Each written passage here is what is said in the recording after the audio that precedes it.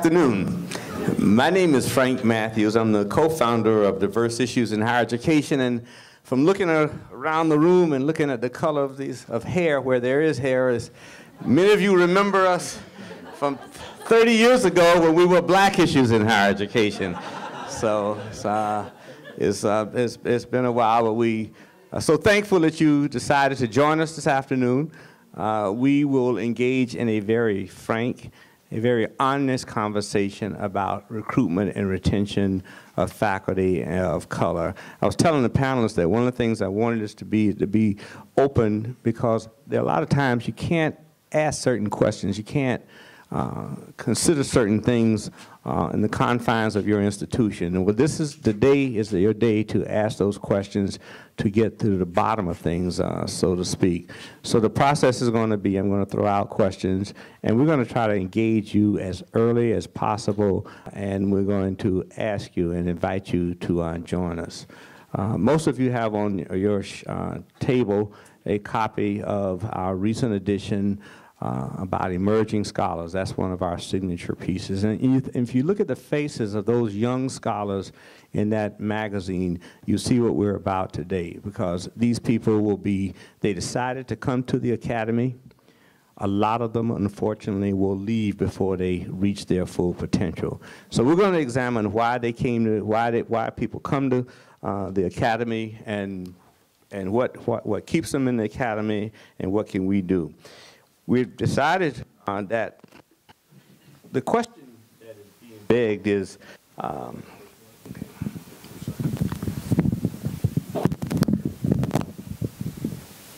thanks. We've been asked to talk about, sorry, we've been asked to discuss the issue of best practices. And of course, that begs of necessity, what are the worst practices? You can't talk about one without the other. So what we'd like to do is get started with our first question, and I'm going to ask the panelists to identify themselves as they take on this first question. And the question is this: what is the most frustrating thing in your life that you found about being a member of the higher education? What has frustrated you as people of color, African Americans, in the academy? So let's start with Dr. Tony Travis at George Mason University. Tony, can you talk to that issue a little bit? Yeah. Tony is an associate professor at George Mason, and go right ahead, Tony. Well, I would say that initially, my field, which has to do with race and politics, wasn't even considered a valid field. Mm-hmm. And no one in my department at that time was studying race as a factor in political behavior. And neither was the American Political Science Association, in that anyone who wrote about race was perceived to be an urbanist, and they got stuck in the urban section. So I worked with one of my colleagues, and we created Race, Ethnicity, and Politics, a separate section which has over 500 members, many of whom are very young scholars from the West Coast, doing very cutting-edge research, and they have now worked to the point of having a journal. So I had to fight a legitimacy issue of what I was doing, writing about Black women or Black state legislators or Wilder's campaign in Virginia, as a valid field in the beginning. And finally, it's there. I also wrote a book with a sociologist on the meaning of difference, and that does well in sociology, so people are using it and think it's integral to the curriculum. Okay, very good. So what do you glean from that, Tony? What do you take away from that in terms of young faculty members coming into the academy and the disciplines or their research interests? What would you take away from your experience? And please, other panelists are welcome to join in. Well, I think George Mason University was one of the more flexible, in that they kept saying we want interdisciplinary work. We just didn't get credit for it. But I think there are two ways: play it safe and go right down the middle, what the discipline says you need to get tenure, or you can be more innovative and pay the price because it'll take you longer to rise in the discipline. Very good. So you see that, I remember that very well because Tony, I'll confess, Tony, I started at George Mason in 76, and my area was labor law, and I was interested also in race, and I had to get a mentor because there wasn't a mentor at George Mason. My mentor was from Penn and from Wharton, and he told me, he said, Frank, if you're ever going to go anywhere in the academy, you've got to stop writing just about race. You've got to get beyond race. And he was right. Tom Dunphy, he died a few years ago, but he was my mentor. So I had to overcome all of those things. Otherwise, I would have been out of there real fast. Is that still, does that persist? And what can, say, leaders do or department heads do when they have that young faculty member who's interested in something very specific, something maybe needed, applied in say, in the black community? Well, I think they have to be open to seeing interdisciplinary, to taking an interdisciplinary approach. And I think that's what we're finding with current events, that it's not just race, it's not just sex, it's class, race, sex, religion, it's any number of things. When, for example, you have young men in Florida wearing the Latin cross to make people think they're Christian, when they are from the Middle East and maybe Muslim. So it's a very complicated world now in terms of diversity, in terms of who wishes to fit in and how and where. And I think it takes a lot of openness on the part of administrators and department chairs to say that's acceptable. Good, very good. And I'm not picking on Tony, others will join in, but Tony is now in a struggle to become full professor. She's done all the work, but she's reached this barrier, Tony. Are you comfortable talking a little bit about that? Yes. I, as I said, was writing about race, but then they asked me to respond to the press when they called, because George Mason is not the university in Virginia. And that takes up a fair amount of time to reply in a coherent way to the print and then television, which I least like because it's totally visual. Radio is much easier. And then I ended up on Kojo Nnamdi as a regular on Virginia politics. And then I ended up writing Capital Connections out of Richmond on Virginia politics. But all these things don't count, but they raise the visibility of the university, and that's what George Mason wanted. I did a television show for them for 4 years, and then went to see one of the administrators who said, well, that's not a book. No, it isn't a book, but the president of the university had asked me to do it. So there are a lot of activities you can get involved in that aren't valued in the end. My department chair didn't even know where to give me credit. She said, that was service. I said, if you do a show with 3 people, you have to know everyone's views, everyone's background, and then you ask the questions of them. And I used to do 2 of those shows in one day and then fly back to Boston because I was on a visiting professorship up there. And she said that was service, it's public teaching. And public teaching, I think, is what's undervalued. And a lot of people are involved in it. Very good. Any questions from Tony at this point? While we move right on down the line, we're going to start with our youngest faculty member, because one of the things that we realize and we have to recognize is that the numbers are shallow. We know that. We know that there aren't a lot of people out there. But in a market like Washington, you have a young professor who's trying to break in and trying to get a tenure-track position. And Sabrina is going to talk about that a little bit. Sabrina, can you tell us a little bit about your path and what you've discovered so far trying to get on a tenure-track position here in one of these schools in D.C., Georgetown, I think it is. Georgetown, yes. Please. Hi. Yes, my field is education. My program is Education, Inquiry, and Justice at Georgetown University, and it echoes many of the things that were mentioned earlier. The program itself is interdisciplinary. The approach to interdisciplinary education is something that my institution values, but at the same time, the way the program was started was without a tenure-track position, and the idea is that the program's young, and we want to see if it's going to take off. So the idea that we're valuing interdisciplinary education, but not valuing the faculty that we select for those positions is a struggle that the university is having right now, and I understand it's common to many institutions of higher education. The field is education, inquiry, and justice. Is looking at education through interdisciplinary lens. It's looking at it as a tool for justice. So my background is in education. It's in K-12 education, in teacher education, professional development. I actually did adjunct work at George Mason. I've designed teacher education programs, done program evaluation and research. And then this, what has seemed to be an innovative opportunity comes along, and there was a lot of discussion on my part as whether or not we want to jump into something that's innovative, that's we think is one of the moves of the future for interdisciplinary education, but they're not committing to it as a tenure track position. And that's been a struggle that I had personally joining the academy, and that the university's having, because they're having the debate of we're having more interdisciplinary interest on our students' part. They're creating more programs, but they're not creating them, starting with tenure-line faculty. So we have a president. Sean, can you give the perspective of a president when you have diversity goals and things like this, but you run into that very real departmental bias, so to speak? What does it take for young faculty members and for a president to get at that problem?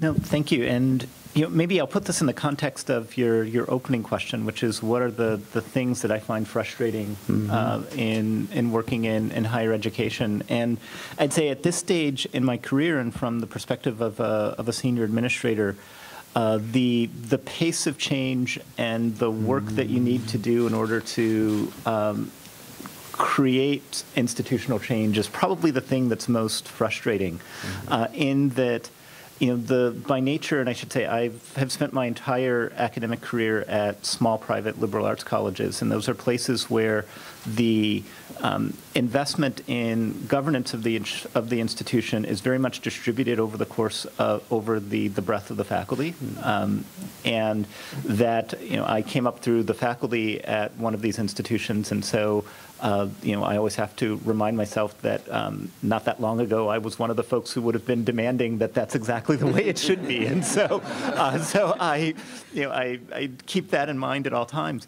But what it means from the perspective of leadership is that to really result in institutional change, you have to be able to bring opinion, to bring folks along with you. That at these types of institutions, top-down fiats tend not to work. They tend to be disastrous both in the short term, and I think disastrous, especially when you're talking about someone's career, disastrous in terms of what it means to support and mentor someone over the course of what one will hope will be a long career at the institution.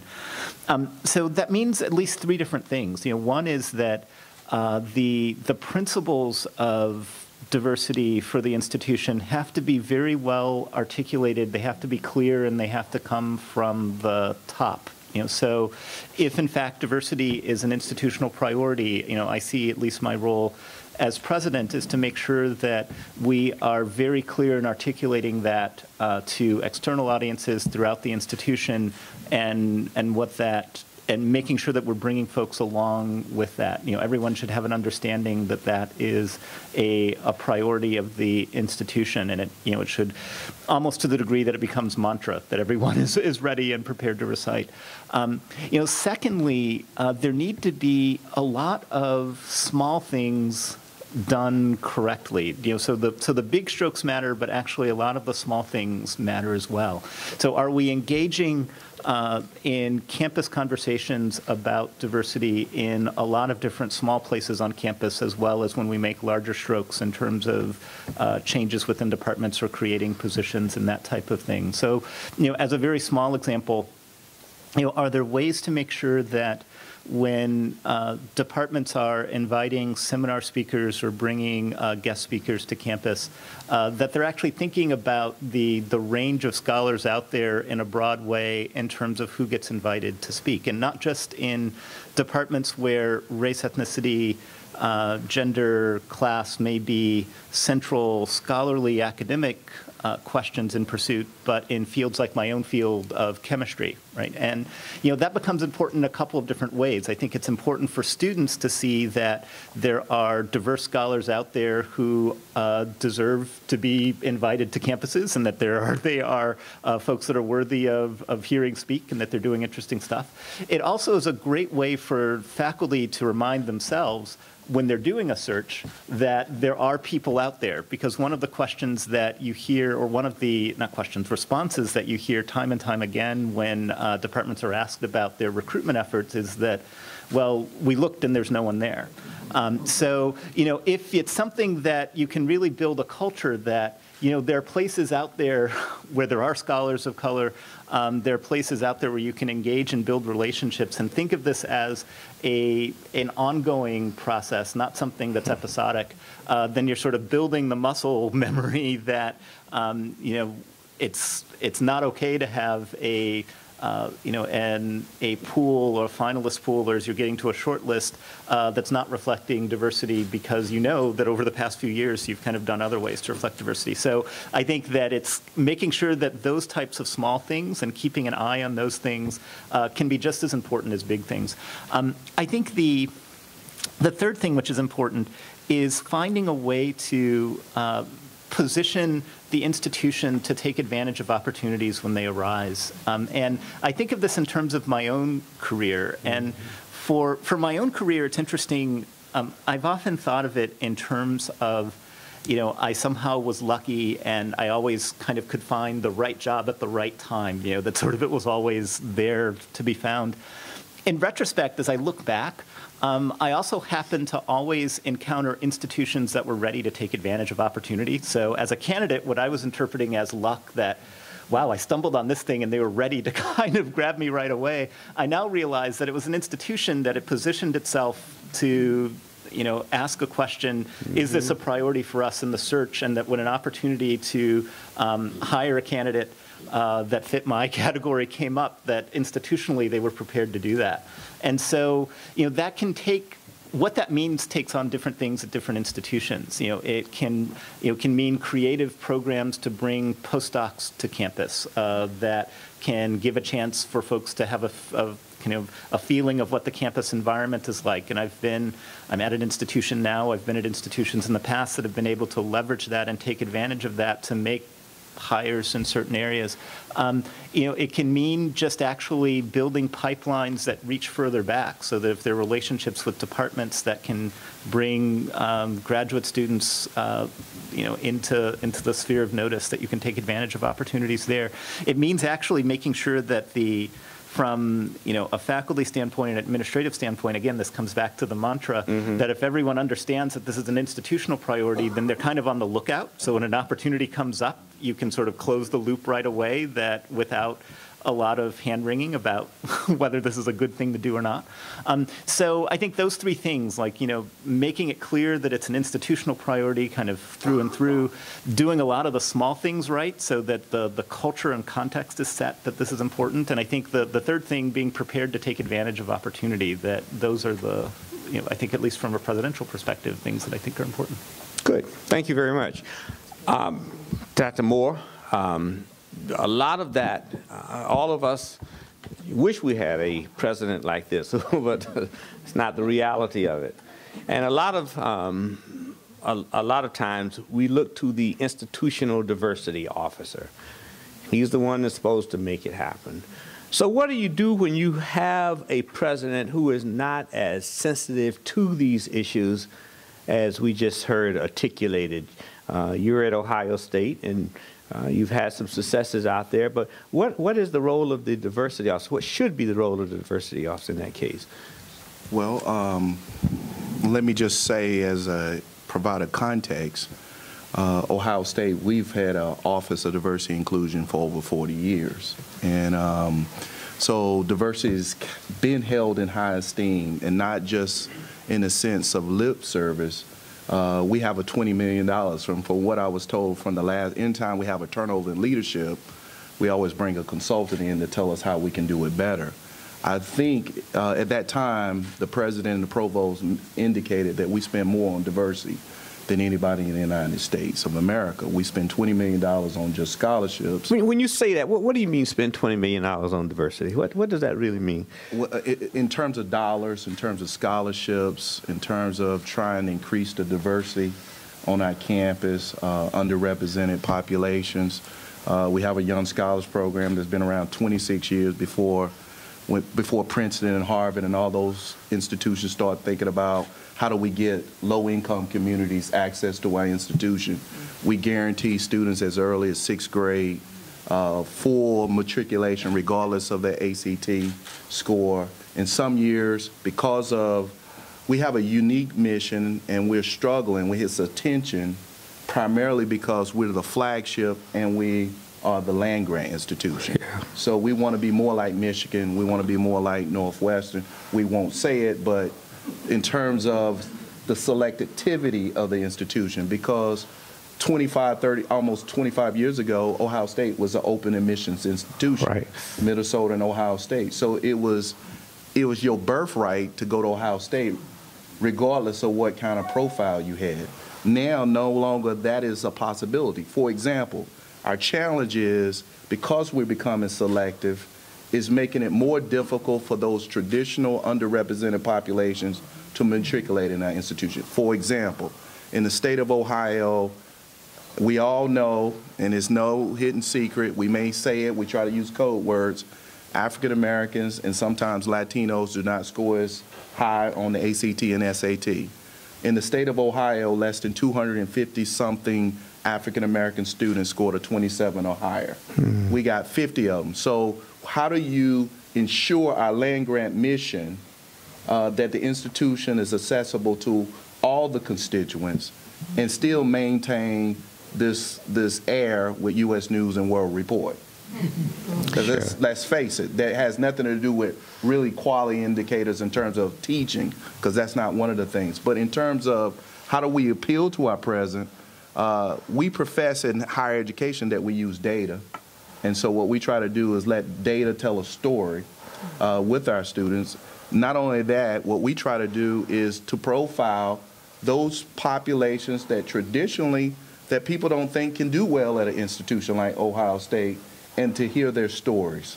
I think not only that, you have to build what we found, and we know this in our office, oftentimes in the Office of Diversity and Inclusions, they tend to leave out faculty. And you can't leave out faculty if you want to make strides. And so you have to find ways to connect with faculty, and one way to do that is through their research areas. So in terms of that $20 million, that intrigues me. It's a lot of money. and that's just the scholarships. It's more than that. Okay, so could you say a lot of presidents through the years have used something called targets of opportunity? You can set aside the money. You can hire anybody you want to as long as they're black. That kind of thing. Can you do that with some of that money? Can you do that kind of thing? Well, not for this money. This is earmarked specifically for undergraduate students. That doesn't even count the enrichment fellowships that we give for graduate and professional students. But we have come back to what we call targeted hiring. Okay. It's not unique for diverse populations. You can go on any campus and you see targeted hiring. We just don't call it targeted hiring. Except diverse populations, not always the recipient of the so-called targeted hiring. Okay.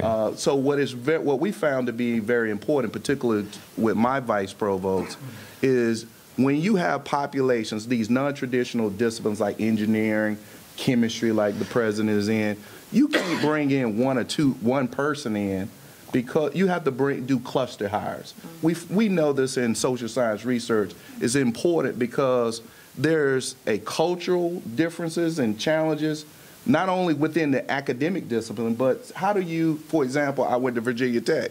When I went to Virginia Tech, you could go to Walmart and you couldn't even buy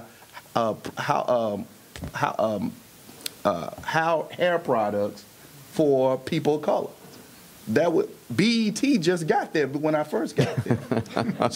So I'm saying there are some cultural kinds of things that the institution, the community can do to make the place more conducive, more attractive. Now, I had to show the institution this, for example, and I'm almost shut down. is that they say we couldn't get certain students. I got tired of hearing when you say make you angry. Oh, you can't get a student, you can't get an African American who scored the quote unquote scores that they want. And I say, yes, you can, because I'm a former student athlete. It's a lot different being recruited and rather than sending a letter to somebody.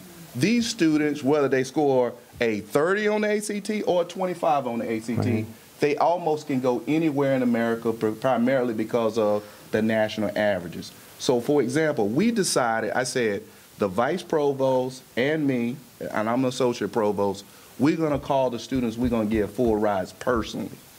And believe me, I had a young man that they swear, my staff had a bet I would not get this young man because he got in Harvard, Naval Academy, Air Force Academy, and he came to Ohio State. He came right after he passed his pilot exam. I mean, he's a pilot. He came in as a pilot. He's an engineering student. And I asked him, how did I get you? He said, because you're the only one that called me. And he said, if at that level you called me and you told me all the things that you could be a part of in the bond of being a Buckeye. And now his mom and dad both come all the time and got their paraphernalia down. And they kiss me, and my glasses is always like this at the end. So it taught me, just like being growing up in the South, is that if you form a relationship with people, so how do Coach Myers or Saban get these guys? He going in neighborhoods that we don't see people who look like them go in those neighborhoods. Yeah. He befriend them, he show them, he tell them what the possibilities are. And that's how you have to do when you want to recruit communities, that they want a welcoming environment and they want to know that you're going to take care of their child. Very good. Well, thank you very much for that. I think very timely and you on target there, which we expected. Taffy, you we'll now get right back to it. Let me get Taffy and then we'll go. Taffy was at East Carolina, and now she's at Chapel Hill.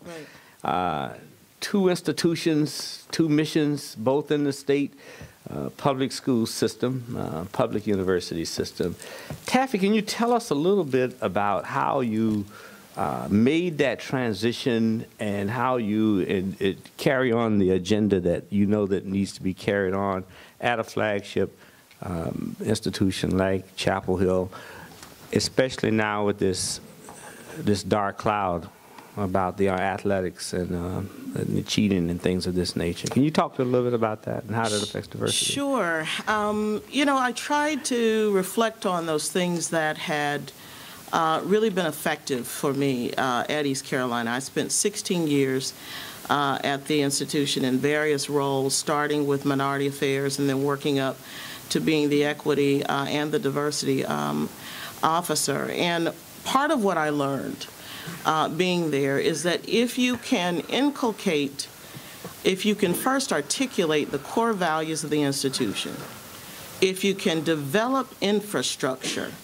that will help you in terms of advancing diversity, if you could use that infrastructure to engage, and I'll talk a little bit more in depth about this, to engage people across the campus, particularly faculty, and get them invested in the process of institutional change, that you can begin to move the needle on diversity and inclusion.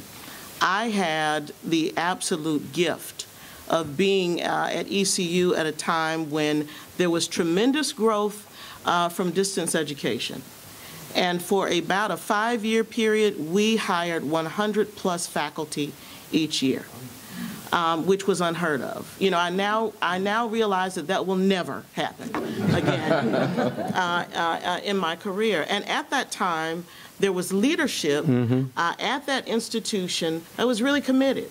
And so we had targeted hire processes. We had deans and chairs on board. We would have forums to kick off the beginning of the academic year that would have a focus on search committees and diversity in those processes. We brought in the most prominent thought leaders around the work to help us move our campus. And that actually bled over into administrator level positions, coaching positions, and there was a lot that was done there at that time. We also had a number of things that were happening to help with our students for better student support and really beginning to disaggregate data and look at how successful our students were in terms of particular populations. I certainly knew that going to UNC, which is my alma mater, would be different. No two institutions are the same, and you can't necessarily use the same playbook at each institution. But I held fast to those things that, again, I saw work. I went into UNC knowing that it was an institution that already had diversity as a core value. I actually went through their outreach programs. So I was clear about that. And went through the process of, again, making sure that we had a clear articulation of diversity and inclusion, making sure we had the infrastructure across the campus. UNC is a vast enterprise. 12,000 doesn't compare with Ohio State and some others because you all are much larger. But my point is it was bigger than where I came from. So I knew that there had to be important points of connection. So the infrastructure was especially important. Institutional diversity committees, committees within the departments in the college. And my role was then to link up with the infrastructure that already existed and to create the infrastructure that didn't. And now we are sort of steadily moving with our Provost Committee on Inclusive Excellence and Diversity, which is doing work across various domains to advance the work. But the big thing is in 2.5 years, we have people who are excited, who are invested. We have senior faculty engaged in these processes, and we know that's key. You know, successful students are transient. Successful faculty stick around and they shape culture. So if we're going to be shaping culture in any institution and seeking to transform it, we have to tap into to our faculty. We also have been very, very focused and responsive to our staff. Heard a lot from staff about feeling like they weren't included in the diversity and inclusion strategy. And so that was, I won't say a mandate, but a point of particular concern of the leadership when I came in. So applying those principles, I think, looking at values, core values, looking at infrastructure, leveraging infrastructure, and quite honestly, building on a foundation that was already there at Carolina and then seeking to take it to the next level is how we did it. You got to move it on. I know you're on a roll, but I'll stop there. There's something else you wanted to add, right? No, please. Go ahead. No. What else you got to say? No, I just wanted to chime in and actually on both of those comments, I think really resonate with me a great deal. You know, one of the challenges we have at Kenyon, and just to give a little bit of background of what type of institution Kenyon is. So we are a small private liberal arts college, about 1,650 students. We are in very rural Ohio, about an hour northeast of Columbus. And so if you head up from Columbus, find the cornfields, and then keep going. Kenyon is somewhere in the middle of those fields. You know, it's a place where you know, I'd say that our surrounding county area is actually far less diverse than the campus, which says a great deal. You know, so we are in a, you know, Knox County, Ohio is about 93% white, 93, 94% white. It's a place where to build on, James, your comment on building relationships, when we want students to come to Kenyon to make them feel like it's a place that they're going to feel at home, we need to actually find ways to reach out and build relationships for that to happen. I think that the recruitment of faculty and staff of color is an important piece of that, because that actually helps to build a critical mass of folks on campus, which can help to make the community feel like an important, welcoming community. And so when we think about the student diversity on our campus, which is absolutely essential for the learning goals of our students, the faculty staff diversity has to be a piece of that, because I think we can't get that recruitment, retention of students unless we figure out the recruitment and retention of faculty. But does that hold today? I mean, what I'm asking is this. There was a time then it really mattered. A lot of kids of color now, it doesn't matter that you have 1 or 2 black faculty members. It's not on their radar screen. I see. Go right ahead, Sabrina. There are a couple of things, but I really wanted to speak to this point. This is my second year at Georgetown in this particular program. The program itself is relatively young. It's in its 4th year, 3rd or 4th year. Last year, in my first 3 or 4 months, I also graduated from Georgetown undergraduate a while ago, longer ago than I wish to say, that I'm beginning to realize.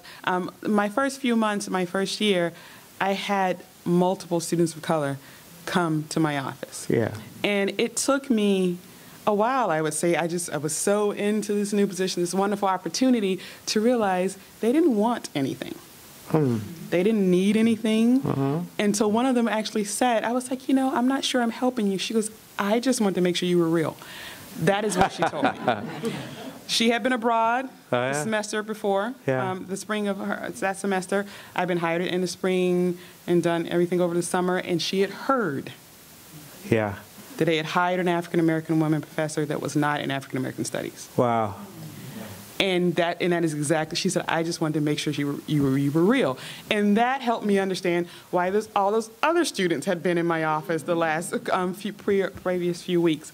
One of the challenges that I see, or when you ask your opening question, what's most frustrating so far, I'm having a great time, but there are a couple frustrations. And one is kind of this big blob of ambiguity. So since I just finished my first year, what I had to do is my report to somebody who was ever going to read it about how I kept my time, how I spent my time last year. I list the classes, for teaching, and then there's this little space that talks about student advising. And then it's all these other things I now know I should have done last year.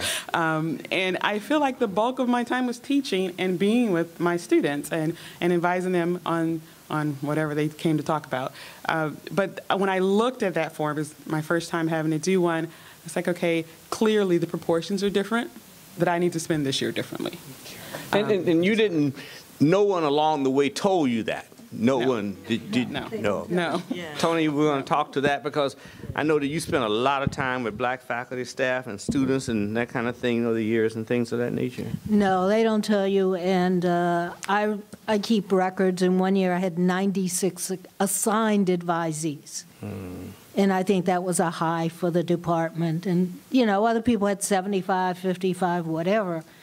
But you get no salary increment because you've mentored more students or helped more students or kept them in school even or any of that. And then nobody bothers to tell you, 5 years later when you find out, as you say, you've spent your time putting emphasis on the wrong things, that's not what counts. It's just publishing. Yeah. Or whatever, if it's a college, good teaching, and what that institution demands in terms of publishing, too. Yes. And Dr. Moore, go right ahead. I would just also add that in addition to being an administrator, I'm also a distinguished professor, and I haven't taught in 6 years, but I have more students who still are unofficially my advisees. And so when you don't bring in and you don't produce a critical mass of scholars, what happens, you get what I call the black tax. It's not just unique at your own institution, because when other institutions like maybe your institution, people will call me to ask me to be on their committee because they don't have someone on their campus who have the research expertise. And the other thing is, when we have other faculty who have similar research lines like you get all of these requests to be an external reviewer. Yes. I review at least 6 or 7 a year, and my wife said, why do you do it? I say, because if I don't, then they may not get tenure because I can provide a context for their work, because there's very few people in the country who do the work I do, particularly in my line of area. Sure. So it's very important when you were talking about luring students. I found that parents are looking for African-American faculty. And primarily I say this is because Our center, we work with African-American males, and everybody know across the country, if I go to your schools, most schools around the country, African-American males tend to be the hardest to retain, hardest to recruit, and they tend to be less likely to graduate, regardless of the institution. I mean, collectively. And so when people find out about our center, we have 458 black males with a cumulative 3.0 or better. I would argue it's very few institutions in the United States, nevertheless at my size. And then when we look at our retention rate, those who participate in our early arrival program has one of the highest retention rates on campus, 97%. So it taught me a couple of things. First of all, when you start talking about diversity, we have to change the way the institution think about people who come in who don't look like the general population. So how do you move that needle? I'm going to ask this to the president. You have a tenured-in faculty, and they've all been doing things their way. How do you get to that faculty? Because as Tony and some of you who've been around for a while know, it's a lot harder said than done. What are some of the levers that you can use that any president, whether he's at a state university, land grant, or a small liberal arts college, can use? Yeah, and this actually, for me, it ties back a bit to the frustration point. Where there are not a huge number of levers that you have, but there are a few. And maybe taking a step backwards, that I actually think this also takes an institutional priority that, for a private institution goes beyond the president, but that the board buys into as well. Could you put that? That it's something that the trustees see as an important institutional priority, that it then becomes a priority in terms of resource allocation in a macro way, and in thinking about resource allocation for comprehensive campaigns and fundraising and that type of thing, that that the board support is important, as well as presidential support, and then going on from there. I think that there's the ability of the college to put resources strategically in places, whether it is in taking advantage of opportunities and having programs for opportunity hires. And I agree very much that, that idea of opportunity hire is not just about diversity in terms of race and gender, but actually it's really any opportunity that helps to advance institutional priorities, and it's important that everyone then understands that, and that then you look at a range of things that we do on our campus that I know that peer institutions do, and others that, ranging from spousal hiring to a range of different things that to me fall under that umbrella of opportunity hiring, because it's taking advantage of an opportunity that's connected to larger strategic goals of the institution. So there are opportunities. There are times to put resources in that direction. I think that there are ways that you can, at times use important carrots, and also I think just important times of recognition of faculty who are doing a lot of the unrewarded hidden work that was just described. And that is something that was my experience as a faculty member. I'd say that I've had students of color come to me looking for mentorship as president, who will sort of show up in my office hours, and we still, so it, that never goes away as you kind of keep going on. It just keeps going. And it's some of the more rewarding time that I spend, and so I really value it. But it is a sense that there is, there's unrewarded mentoring that happens that the institution is in a position to recognize and reward. And I think there are formal rewards in terms of promotion and tenure and salary and other processes there. There also is just the informal recognition of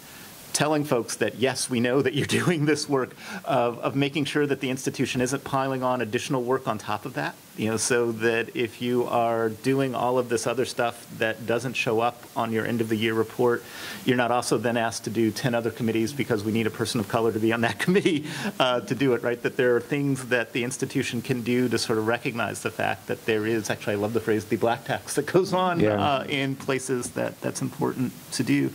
I think there are also times, though, when statements that are clear from the institution about what's important, and when behaviors or actions are running counter to that, I think it's important to make a clear statement that that's not acceptable, as, whether it's not acceptable in terms of faculty dynamics on campus or actions, whether it's not acceptable in terms of just general campus culture or student actions. There are moments where the institution has to be very clear in saying that, that's not something that we do. It's not in alignment with our values, and being willing to draw those lines.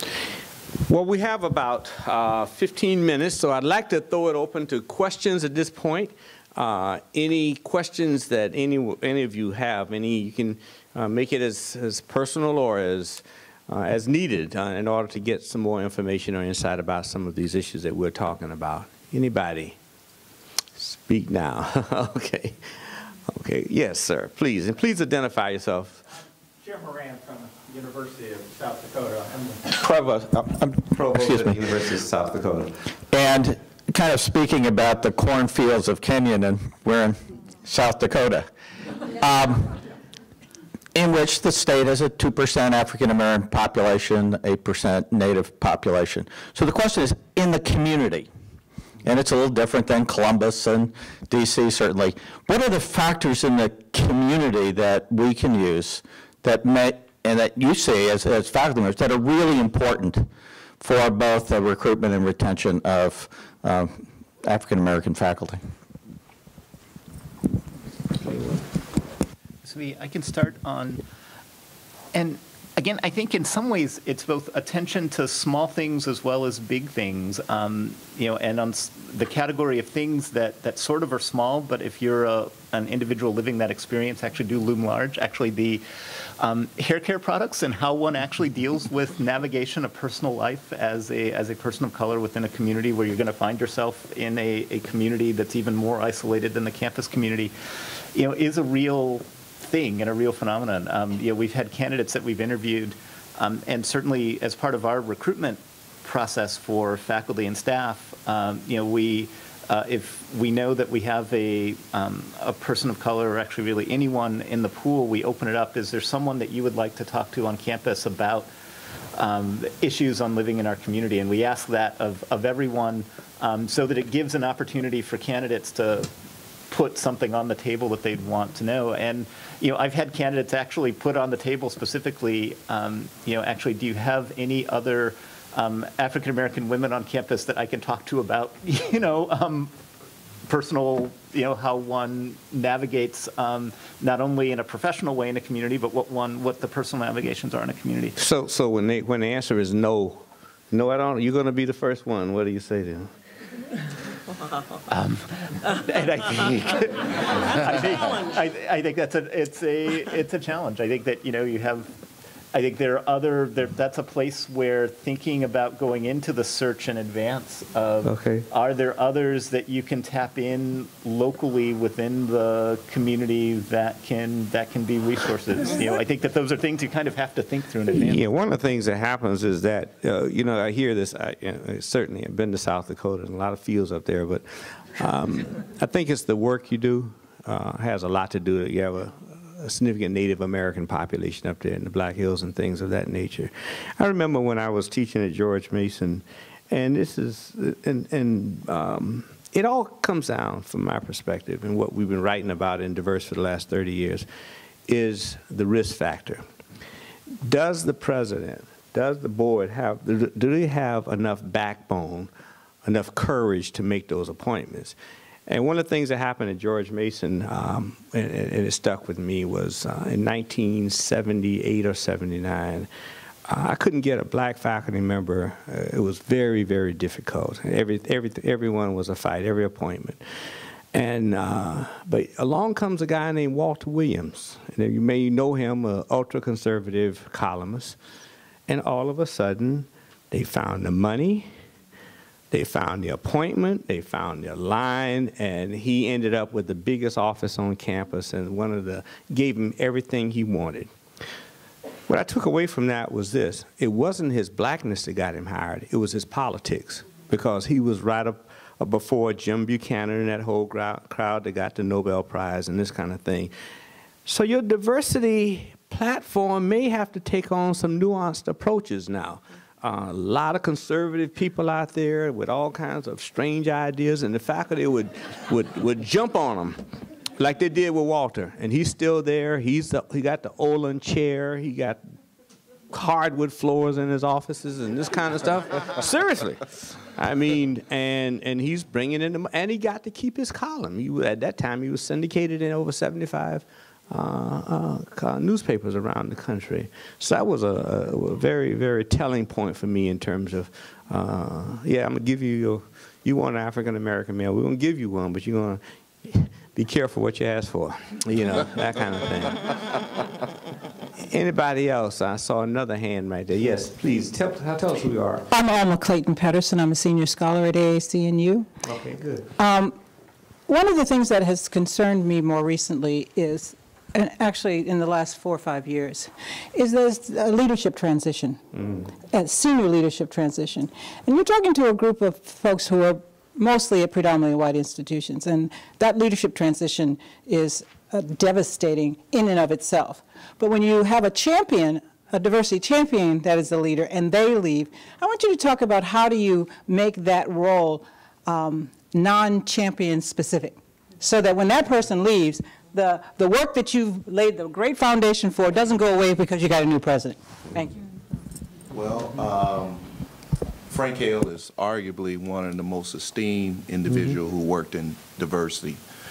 And I won't say necessarily we can do everything, because Dr. Hale had Ohio State #1 in the country for producing African-American PhDs. Yeah, and Ann Pruitt too, as well, and several others. Sure. I don't want to omit individuals. However, the diversity that we have and the strides that we made on our campus, it came from students. Yes.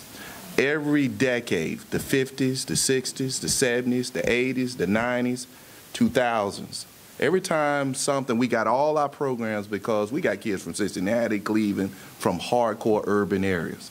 They'll call their mamas, their aunts from 1970s, 60s. We had a protest not too long ago, about 3 years ago, primarily because these students, these individuals, these alums, they don't want us to take steps back. Right. For example, they wanted to make some changes on our scholarship, and students got wind of it. And we had Gordon Gee 2 times, right? And I love Gordon Gee. He was good. But the first time he made a mistake, and they did a sit-in in his office, and he never forgot it. So I'm saying at our institution, that is in the air. It's in a part of our history. Sure. That before I make anything drastic, for example, we tore down the Frank Hale Black Culture Center. It was so much planning around, we got to do this when the students are not here. You know, they don't need to be here, because we moved into a new building. Because Frank Hale was sacred on our campus. He was a living person with a building named after him. But I must say, at Ohio State, really, quite frankly, we have other buildings named after African Americans. We have our largest banquet room in our new union is named after Archie Griffin. We have 2 buildings named after Jesse Owen. My center is named after Todd Bell, which is now, the common denominator, most of them are athletes, but we do have a history. But I will say this, that it is very important, that no one talks about in higher ed, is we have 4 African Americans on our board of trustees. So they police, and they meet with us, and they tell our president what's important that they need to be engaged in. And they live in the same communities where our professors live, where our administrators live.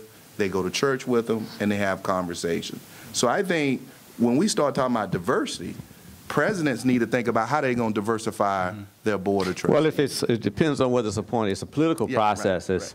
Some of these boards are very politicized. Go right ahead. Well, actually, if I can add on to that. So before, I've been at Kenyon for about 1.5 years, and before I came to Kenyon, the board made a very conscious decision that came out of one of its board retreats, that if they were serious about diversity of the institution, looking around the board, that it was not a very diverse group around the table. And it was a challenge to the way the board had typically thought about recruiting new members, because Kenyon is it's a small institution, actually a fairly small alumni body, an institution that didn't significantly diversify until the sort of late 80s in terms of large numbers of African American, Latino, other students coming to campus. So the pool of alums to draw from was fairly small. The board went through a process of rethinking that, well, we have to think about other people who could be trustees that we could recruit, because diversity is going to be a priority that we have in terms of recruitment of trustees. And now when the Trustee Affairs Committee meets and it looks at the list of potential trustees, as an administrator, as the president coming in to talk about this, I get the question, have you brought us candidates who are diverse candidates, because this is a priority that we want to have, and that that's the way in terms of making lasting institutional change for changing those positions and developing that culture where it does from the very top. This is something that's a priority going down. I'll give us a really succinct answer. It will be allow your infrastructure to work for you.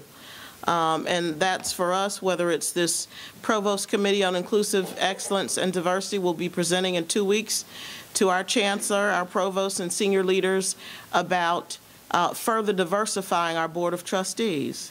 And we're engaging the trustees of color who we have to help sort of embolden that effort. Sure. So we are trying to do a full court press, as it is, to the degree that we can influence it. We know some of it's political, but there are other appointments that are made also. We also have a very powerful alumni base. That's Black alumni. In particular, we have a Black alumni reunion.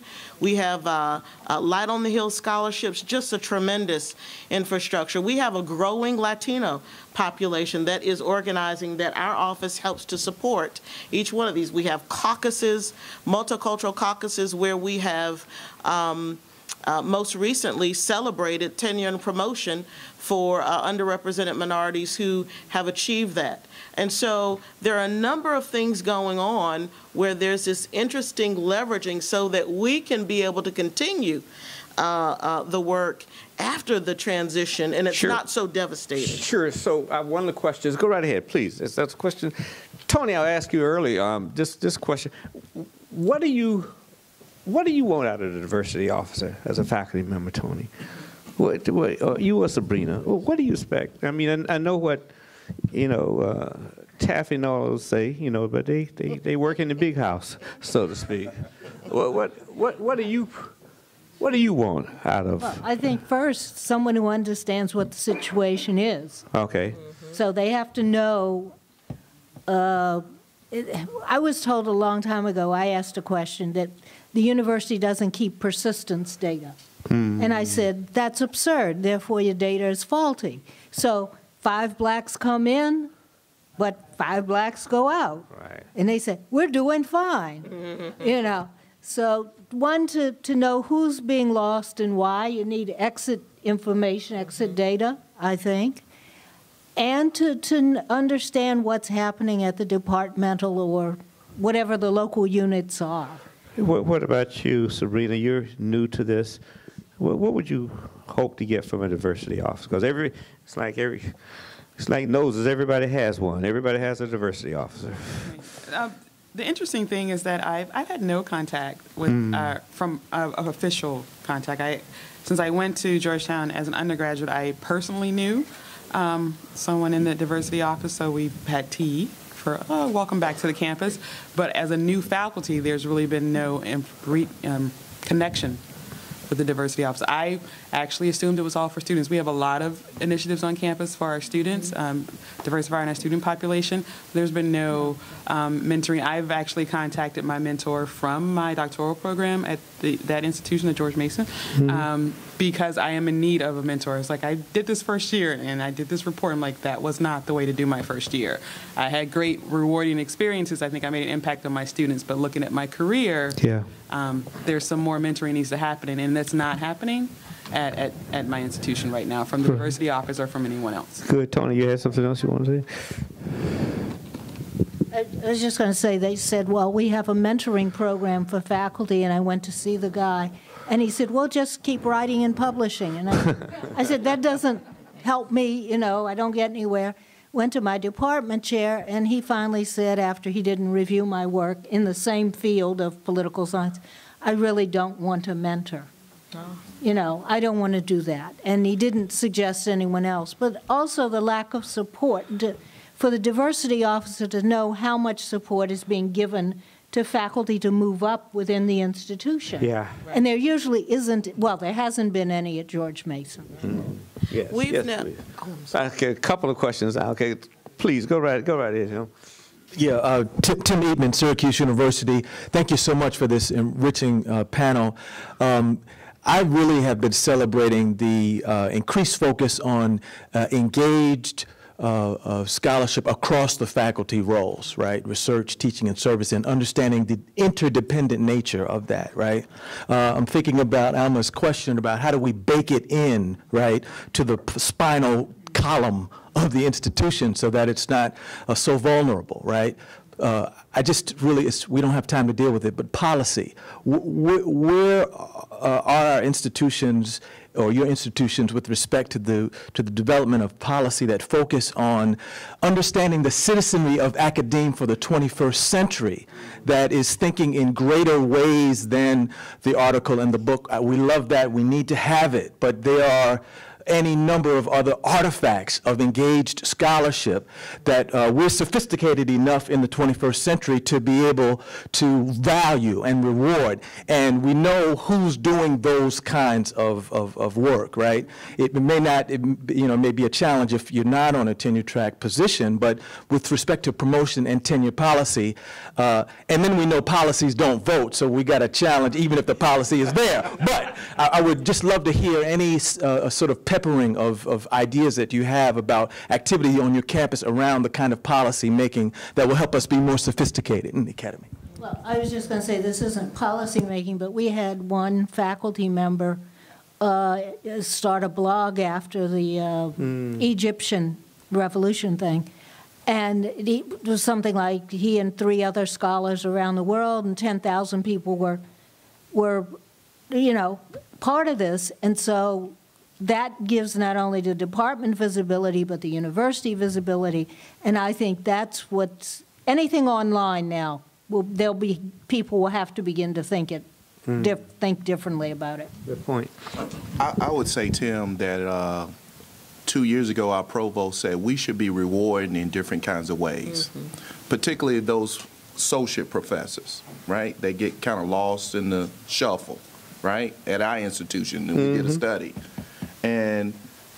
But when I went to my first, when I first became a 4 years ago, I went to my meeting. I said, I thought the provost said that we should be rewarding differently, and people said it doesn't play out. Even though the administrators say this, but you still have faculty that we think traditionally in terms of. And it ain't just you publish, it's where you publish, how many times you publish it, and how many people reading it. Right. I mean, that's the reality. I saw another hand back here. Ma'am, right here, Maya. Please, yes. Fiona Glade, I'm from the University of Baltimore. Thank you. We're defined on my campus by the diversity of our student body, and it's wonderful. We actually have really successful African-American men graduation rates as well. But I think that we need training for search committees so that they really understand the kinds of things that happen that cause us not to hire applicants of color when they do apply or when they do come. Can you direct us to some places? And clearly it's not only up to the faculty of color we do have on our campus to educate the rest of us about what this should look like or how it should sound. Can you recommend some places we could turn for good training for all of our faculty to bring us up to speed on this? If I get your card, I can send you some good toolkits that exist, but I think there has to be a decision by the institution to determine whether or not it has the capacity and the resources to do more up close and personal, face-to-face search committee training, or whether they're going to opt for doing the kind of search education online, or whether it's going to be a combination of both, or whether you're going to have critical breakpoints where you feel like for these positions we definitely want the diversity officer, et cetera, to come out and speak to the search committee about, because that's what we're in the process of doing. I think you have to make that determination. But I think in the spirit of efficiency, I can get your information and send you some really good stuff. Of course you, and of course you, Okay. of course you all know to read diverse issues in higher education and online every day. That's one of the best source for that kind of information. It is. Our time has expired. Does anyone else have a itch that they need scratching before we think? Well, thank you very much, and thank our panel. Really appreciate it.